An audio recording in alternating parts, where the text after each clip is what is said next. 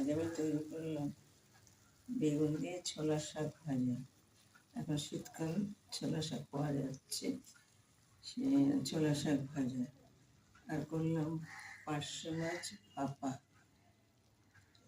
লঙ্কা দিয়েছি, হলুদ দিয়েছি, ভাজা জিরে, গরম মশলা, একটা সাদা সর্ষে, একটা কালো সর্ষে, তেল সব দিয়ে মেখে বসিয়ে দিয়েছি। তৈরি হয়েছে পার্শে পাপা।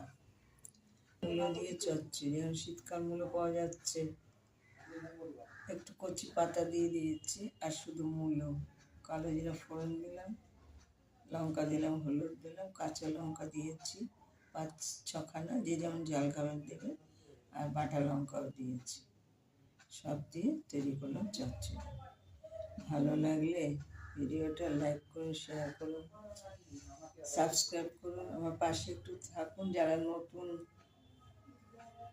তারা একটু সাবস্ক্রাইব করুন। শেষ করুন।